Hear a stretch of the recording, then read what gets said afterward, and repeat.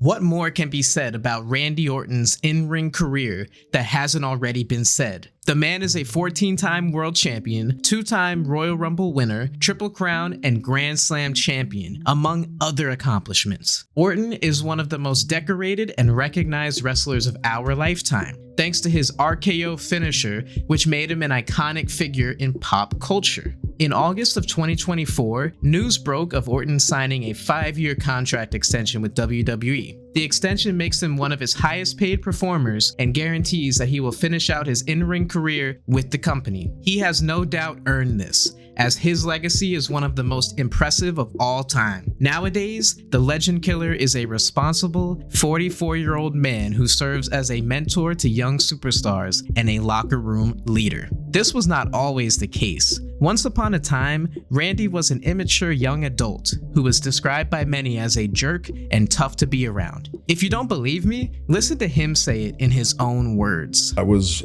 a asshole, I think, because I wanted people to respect me, maybe. Orton has been brutally honest about his past in recent years, while speaking with the likes of Stone Cold Steve Austin and various other media outlets. The legendary tales of Orton's backstage antics include anger outbursts, shenanigans at nightclubs, and suspensions. Orton has managed to stay untouchable. This is evident due to the fact that Orton was suspended 3 times by WWE for substance and steroids abuse. Like WWE's wellness policies suggest, a superstar is to be terminated after their 3rd violation. Orton has remained unscathed. WWE created what many have come to know as the Orton Rule to keep him out of hot water. Orton's talents, charisma, and star power afforded him with opportunities that many others in professional wrestling are simply not awarded.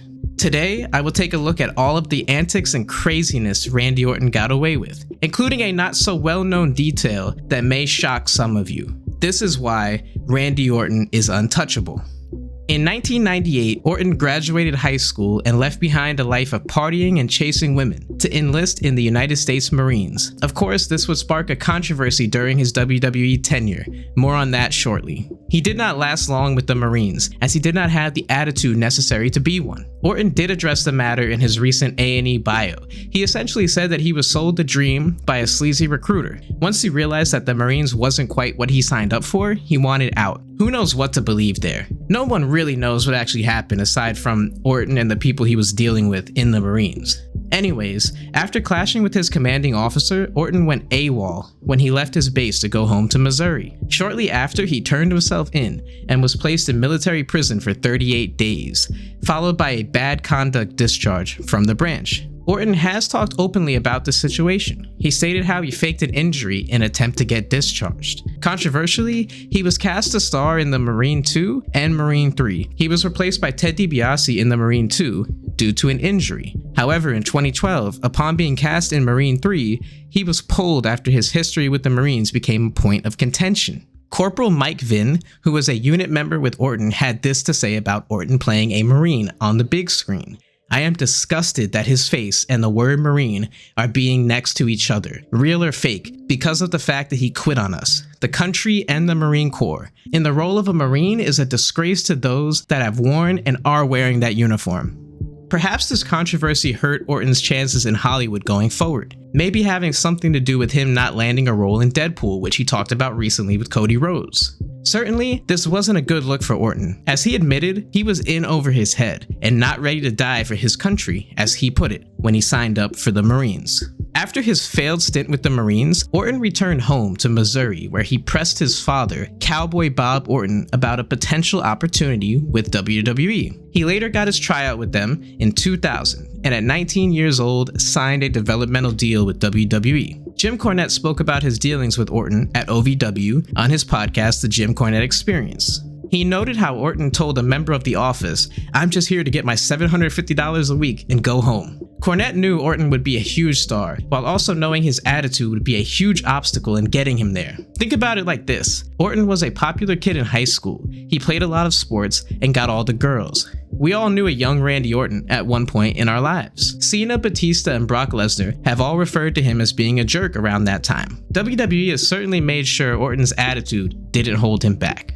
Vince McMahon had declared him one of his guys early on, And as we've seen with Brock Lesnar, Drew McIntyre, and Roman Reigns, once you are Vince's guy, you are going to succeed no matter what. Early in his WWE run, Orton was paired with Triple H, Ric Flair, and Batista to form a group known as Evolution. This got him heat within the locker room, resulting in Bob Holly attempting to injure him during a match. Orton took part in several notorious backstage stories during his early years in WWE. One of note was shared to us by former WWE writer and owner of Major League Wrestling, Court Bauer. Bauer alleged that Orton placed his hand down his pants prior to offering Court a handshake. Upon Bauer's hesitation, Orton responded by saying, "Hey, you want me to tell Stephanie McMahon that you're big-leaguing Randy Orton? That probably won't be good for your career."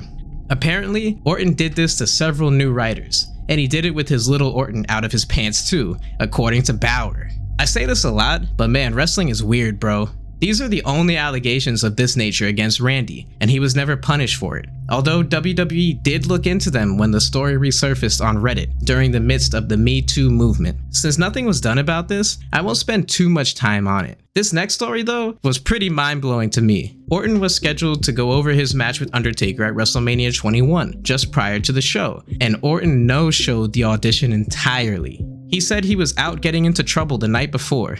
God only knows what that means. He was probably out getting to know some local ladies in LA while experimenting with some substances. I just couldn't imagine no-showing practice for the biggest match of my entire career. I mean, it is The Undertaker. I feel like I'd be too nervous that I was going to mess it up. Wouldn't you want to be on time? Nah, scratch that. Early to prepare for a match at WrestleMania against the freaking Undertaker? I mean, the guy is making a ton of money for that one match, and he couldn't show up for the audition. Undertaker was pissed, as he should be, and so was his dad, Cowboy Bob, who was also taking part in the match. When Orton spoke about it, he was pretty gracious for Undertaker not taking his head off, and credited Taker for being a main reason why he became a huge star. Now, like I said, Orton has a well-documented history of crazy behavior behind the scenes, which led to WWE becoming fed up with him. Look, if you handed me millions of dollars at age 22, I'd be making a ton of mistakes too, just like most of you watching. However, at some point, you gotta realize how lucky you are to be in the position you're in. That realization did not come for quite some time for Orton. Triple H spoke about Orton's behavior and was just like, there comes a point where being young and dumb isn't an excuse anymore. He claimed he asked Randy, what age and what time does it end for you being young and dumb? WWE was fed up with all the instances of Randy losing his cool and having run-ins with talent and management for a little while leading up to WrestleMania 22. Orton was scheduled to win the Royal Rumble in 2006, go on to beat Batista for the world title, allegedly. Batista gets hurt, which leads to plans changing. WWE then opts to go for Rey Mysterio winning in a tribute to Eddie Guerrero. Some believe that Orton could have still won the world title at WrestleMania 22, since he had a match with Rey to take his spot at WrestleMania. Plus, he was coming off an epic feud with Undertaker that pretty much stretched all throughout 2005. At some point along the way, Orton gets caught rolling a joint at the arena by someone in the office, presumed to be Bruce Pritchard. Pritchard reported the incident to McMahon, which led to WWE laying the hammer down on Orton. He was given a 60-day suspension for unprofessional conduct, not for failing a drug test, which is important to note. Orton spoke about this during an odd interview with WWE Magazine, where he said how someone from the office caught him and stooged him off, adding that they knew who they were. Orton remained on TV until WrestleMania, where he lost to Rey in the world title triple threat match. Afterwards, he began serving his unpaid suspension. Here is where things get interesting. Eddie Guerrero tragically passed away in November of 2005, and 3 months later in February of 2006, WWE instilled its wellness policy. This policy still exists till this day, and till this day has several controversies linked to it. More on that in a later video. Sadly, it took someone of the caliber of Eddie Guerrero to pass away in an untimely fashion from natural causes, and the scrutiny WWE faced for failing to take care of its performers properly to implement changes. However, it's better late than never, as the wellness policy seems to be quite beneficial for WWE, as it helped detect a heart issue in MVP during his prime run with WWE. Aside from that, the policy ensures a safer, better environment for the company's talent, thanks to its harsh punishments and precise screenings for steroids, prescription drugs, and recreational substances. Infamously, Randy Orton was the very first talent to be suspended under this new policy, shortly after his return from his first suspension. He was suspended for 30 days during the build-up to his match with Hulk Hogan at SummerSlam 2006, allegedly. Now I say allegedly because I struggled to find any record of WWE mentioning or announcing this suspension publicly. I'm going on the word of some Reddit users here, so do with that what you will. Supposedly, since Orton was already in the middle of a storyline with Hogan when the suspension happened, WWE decided to keep it quiet. They kept him off house shows for 30 days, and he was not paid for his appearances on television at the time. This may have been the reasons for his losing to a way past his prime, Terry Jean Bollea. Or maybe not, because it is Hulk Hogan after all. Maybe putting over the present star in the company to help better the wrestling world and give back to the profession that made him a multi-millionaire didn't work for the Hulkster brother. Nevertheless, this suspension is so murky. I'm sure if you dig hard enough, there might be some documentation out there somewhere confirming it, but who knows? Guerrero's death sent shockwaves throughout the wrestling world. However, it paled in comparison to the aftermath surrounding the death of Chris Benoit and his family. The incident is without a shadow of a doubt the ugliest time in the history of pro wrestling. Immediately on the heels of that tragedy, the media began headhunting, and WWE was stamped with a near unshakable stigma surrounding steroids. A month after Benoit's death, news of a scandal surrounding a pharmacy in Orlando, Florida, named Signature Pharmacy, began circulating. I will never forget this moment, man. I was 11 years old watching SportsCenter in the morning. I think Todd Grisham may even have been the guy who reported it. I don't know, but all I remember is the headlines reading, "Several WWE superstars linked to steroids" in a new article from Sports Illustrated. I was like, what? This is crazy. WWE never gets mentioned on SportsCenter. Of course, they led with the big names who were related to the scandal, which were Edge and Randy Orton. Now, I had no idea what any of this meant at the time. All I knew was Edge and Randy Orton were mentioned on SportsCenter. Eddie Guerrero and Benoit were on this list too as clients of the Crooked Pharmacy. This scandal was crazy, and I will cover that in another video later, I promise. Booker T was fired by the company for this. Chris Masters disappeared for a while. Edge was injured, so nothing really could happen to him. Charlie Haas and seemingly everyone else was suspended after this story made headlines, except for one person. You guessed it, Randy Orton. Orton kept on going like nothing happened, having a main event match with John Cena at SummerSlam and everything.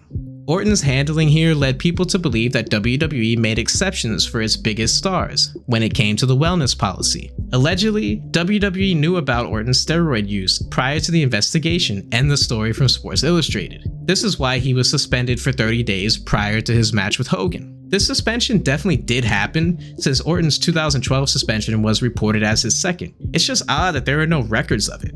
WWE used that suspension to justify Orton's lack of punishment after the Signature scandal, but the reports from the investigation indicated that Orton was a client of Signature Pharmacy all the way until February 2007, months after his August 2006 suspension. So go figure that one out. I know I can't. Let's take a break from the suspension talk for a moment to discuss more of Orton's infamous behind-the-scenes tales, shall we? This one is a personal favorite of mine, as it is damn hilarious. Cody told this story in an interview if you want to hear it from him. Randy wanted to take Cody out for his birthday in 2007, I believe it was, when Cody was still an up-and-comer. The idea was to go to a strip club. Meanwhile, Cody had just received some stitches on his face after his match that night. I guess Randy thought it'd be a good idea to bring a dude with stitches on his face to a strip club. On the ride to the club, Randy tells Cody to stick his head out the window and go tanning to help his stitches heal. The worst advice ever. But regardless, Cody being young and dumb, he sticks his head out the window anyway and opens up the stitches. So now he's bleeding from his face. Once they get to the strip club, Randy pulls up to the front of the club and parks. He tells the bouncer he knows the owner. He just made up some random name and it actually worked. A drunk Randy then proceeds to show one of the strippers the F5. Yes, Brock Lesnar's finisher. He picks the stripper up and fakes like he's going to throw her down from the second floor. This leads to commotion and thankfully put the girl down safely. While on that year's European tour, Randy was sent home after causing $50,000 worth of damage to a hotel. Cody claims that Randy yanked a urinal off the wall. He was just like, Cody, come here, come look at this, and he yanked a urinal off the wall. This was after he went to a WWE paid anger management program a year prior, where he claimed he learned a lot about himself. He also claimed that he didn't freak out anymore and lose his cool. Apparently not. He had the infamous stupid moment with Kofi Kingston where he lost his cool in 2009. And then there was the moment he supposedly got Mr. Kennedy fired from WWE after a botched back suplex in the same year. He persuaded John Cena to help convince Vince to release Mr. Kennedy. Go figure. Back to the suspensions. Orton was suspended for his second violation of the wellness policy in May of 2012, again without pay. This suspension was taken much more seriously as he was removed from WWE programming and live events entirely throughout the duration. He was even punished creatively from an on-screen standpoint for a while after this. I remember he made like a Barney the Dinosaur reference during a segment with Kane, and it was around this time, I'm pretty sure. I was thinking, man, Orton must be in the doghouse. He wasn't on that year's SummerSlam and didn't really have a big match until winning the Money in the Bank the next year. He even jobbed to Jack Swagger in the Elimination Chamber in 2013, and he was in the opening match of WrestleMania 29 in a random tag team match with Big Show and Sheamus. According to reports at this time, Orton was suspended for a steroid called dianabol. He tested positive for that and marijuana. He was only fined for the marijuana, as it's not punishable by suspension in WWE. Orton believed it was a tainted supplement that caused him to fail the drug test. This led to a heated argument with Vince. The suspension and blow-up with Vince nearly led to Orton getting fired. That's unlikely though, since WWE, they couldn't afford to lose Orton's star power at that time. The inability to lose Orton likely led WWE to make changes to his wellness policy to accommodate him. They instilled a loophole in the policy about a year or so after Orton's suspension that related to superstars with 2 strikes against them. If they stayed clean for 18 months and did things like go to rehab, they would have one of their strikes removed. This has loosely been referred to as the Orton Rule. As I said earlier, Randy Orton has really cleaned up his act and turned into a great man. This was evident when he responded to a fan's DM on Twitter a few months ago. The fan told Orton about their struggles with depression. Orton responded with some positive and uplifting advice for the fan and what is truly a feel-good moment. I love this side of Orton. In the DM, Orton alluded to his own struggles with depression. Orton's battles with depression and substances became so intense that he actually OD'd on sleep medication, to the point where he was not breathing for a brief amount of time. Thankfully, his ex-wife Samantha found him and rushed him to a local hospital in Missouri to receive treatment. This is one of the wildest stories in wrestling history. Imagine a star the caliber of Randy Orton ODing at 26 years of age in the middle of his prime. Samantha, she's a true hero, as Randy has profusely thanked her for saving his life. This is a story that I and many wrestling fans did not know, as it was swept under the rug for the most part because of the scrutiny of the Eddie Guerrero situation and later the Benoit tragedy.